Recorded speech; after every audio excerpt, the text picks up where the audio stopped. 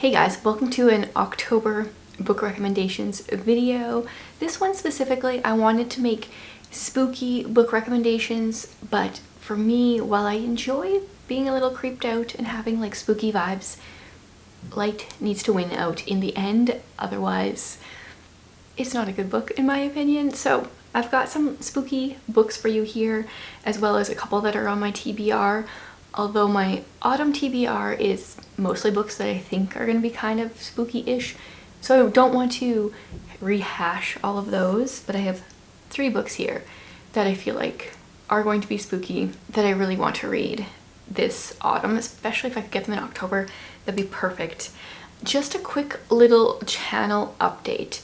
I've decided for the rest of October, I'm not sure if this is going to go into November or not, but my plan is just to be posting 1 video a week for the rest of the month because life has just been busy and I don't have a lot of extra time, and filming is taking away from my reading time. If you guys want more videos from me, you can check out my vlog channel. I'm sharing like the different books that I'm reading each week, usually a library haul each week, or at least each week that I go. So if you want more from me, you can check that out as well.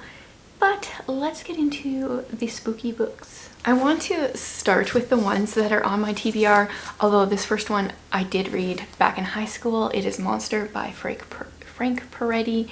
Not high school, it would have been after high school, but whatever. I read it when it first came out. It's been many years. I'm going to reread it this month. This has to do with a couple who go hiking in the woods.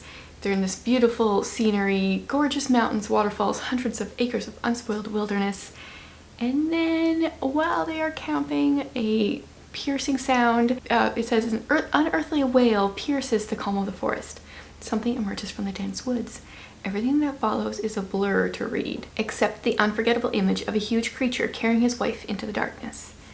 That there is like all I really remember from the book, but Frank Peretti is always spooky. You could put any of his books on here. There will be another one of his that come up.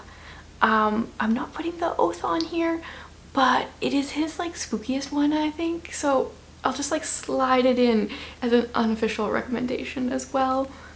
Frank Peretti always works well for October. I should also say, if you guys want more like gothic spooky stuff, which is like spooky, but it's more like a mental spook. I don't really know how to describe gothic. It's got creepy vibes, but sometimes like nothing really is even happening. I did a gothic book recommendation video last year, pretty much exactly a year ago, so you can check those out if you want more ideas. Neil Gaiman's Coraline. My daughter really wanted to read this year, and she said it was very strange. And I want to give it a try because so many people talk about Coraline. I know nothing. It's a super short book, so I would like to read it this month. Apparently it's fantasy. Like I said, I know nothing. And then I really want to read The Enchanted Lives of Celeste Artois. This is fantasy set in Paris in the early 1900s, I think. Yeah, and it is fantasy with some different enchanted places. There is like a magical side to Paris, and it sounds really, really good. I think I've given every one of Ryan Groton's books 5 stars. So I'm hoping she can continue with the 5 stars. So those are 3 that are like super high on my TBR for the month. Now we're gonna get into recommendations. So I have 2, actually I think there's more on my list. Okay, I have a few that I don't own the books of that I will hopefully remember to mention. So we're gonna start with like mystery suspense type books. The first one I have is Relative Silence by Carrie Stewart Parks. This is one of my favorites of hers, and this all takes place on a private island, and there is a big thunderstorm happening during a lot of the book, and so it has those like creepy elements. This one is about members of a family where the parents named them all after birds. They're really into birds. So our main character is Piper, and her family has some secrets in their huge house on their private island, and I really enjoyed this one. This is a series, it's a trilogy that I feel like is not talked about enough. It is a YA story that is super heavy in the best ways, and that is All Fall Down by Ali Carter. The series is Embassy Row, and we follow Grace. I think she's 16. Oh, this totally sums it up right here. Grace Blakely is absolutely certain of 3 things. 1, she is not crazy. 2, her mother was murdered. And 3, someday she is going to find the killer and make him pay. So she witnessed her mother's murder 3 years before, and she has been seeing a therapist, had a lot of issues since, and now like doesn't remember it.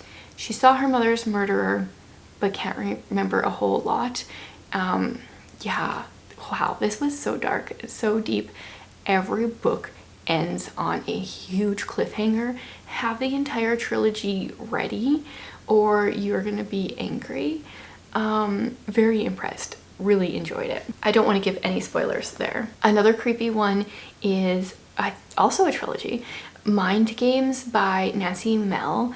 In this one we follow an FBI profiler who has an interesting, a very unique method of how she profiles her suspects. Her name is Kaylee Quinn. So we follow her throughout the series, and this is another one where it's got some twists coming and it's got the suspense vibes. Things are hit a little closer to home than she would like. Highly recommend that trilogy. Okay, my next couple are like historical suspense-ish. I don't really know what this genre is, but I have to put a Jamie Jo Wright on here. I really enjoy her books. My favorite is still The Curse of Misty Wayfair.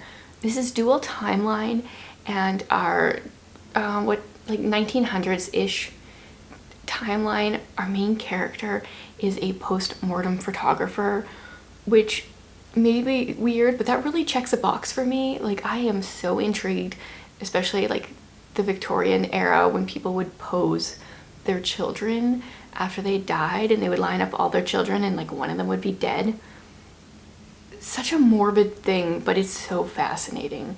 So we follow a post-mortem photographer, and then our main character in the modern day timeline catches glimpses of a woman. It's like a ghost from an asylum, I think. A ghostly woman that haunts the asylum ruins. Oh, I so enjoyed this book. I need to reread it because I always rave about it. And Jamie Jo Wright, she writes 2 books a year. She's just pumping them out.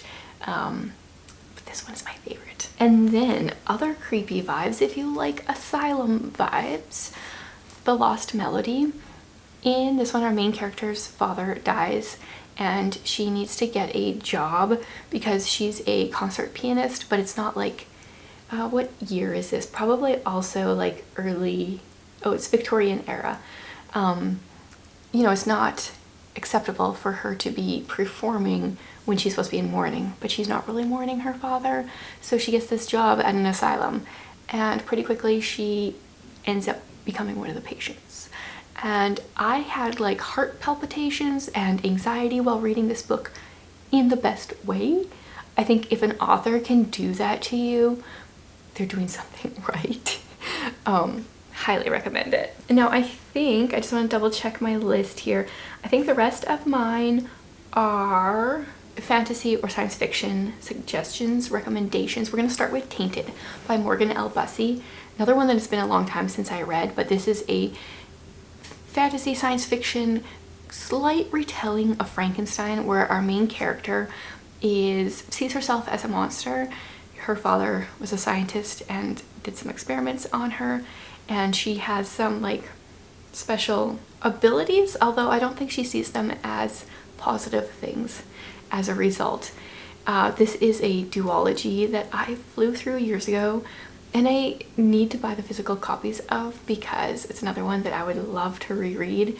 It just had all the vibes for this time of year. Okay, one more that I don't own, and this is Jennifer A. Nielsen's least talked about book in my opinion.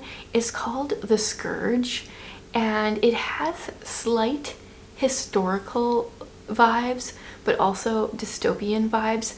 There's some kind of virus thing happening in this area, and our main character, oh man, now it's been so long since I read it, I think she contracts this virus, or she's told that she does. so she has to go live on the island with the rest that have it, but she knows she doesn't have it. So there's something fishy going on politically in this town, and she tries to get to the bottom of it. Really enjoyed that one. Okay, here's another Frank Peretti. I'm putting Illusion on here. Like I said, I could have picked up any of them, but I really enjoyed this one. I think this is possibly the last one that he wrote. So this one, our main characters are a couple. They met in like 1970. Yeah, they were like 19 years old and were a magic duo for years. And just before the book takes place, this is, I think it's in 2010, they were in a car accident. Meanwhile, Mandy wakes up as a 19-year-old in 2010. So she somehow has like, her body has time traveled from 1970 to 2010. Very fascinating. I really enjoyed it. This is actually probably one of the least spooky of his, but I think it was really interesting, and the whole like magic act vibes were really intriguing. Then we have Mortal Queens by Victoria McCombs. This duology is just being completed in November. The second book comes out. This is a world where every year one of the girls from the mortal realm get chosen to be the queen of the Fae, and our main character gets picked to be one, and she quickly realizes that there's more going on to this, and the reason why they have to pick a new queen each year. Very intriguing. A lot of like political intrigue and kind of slight backstabbing, not knowing who to trust, different puzzles and mysteries. Enjoyed that a lot. And ending on a science fiction, The Host by Stephanie Meyer. You guys, I'm getting close to like being tempted to read Twilight because I do like her writing. I have no idea if I ever will, but The Host is a science fiction story that takes place in the future where these like alien creatures that are worms are taking over human bodies. They cut a slit in the back of a person's neck and then infect them and take over. And our main character is trying to run away from it. Her name is Melanie.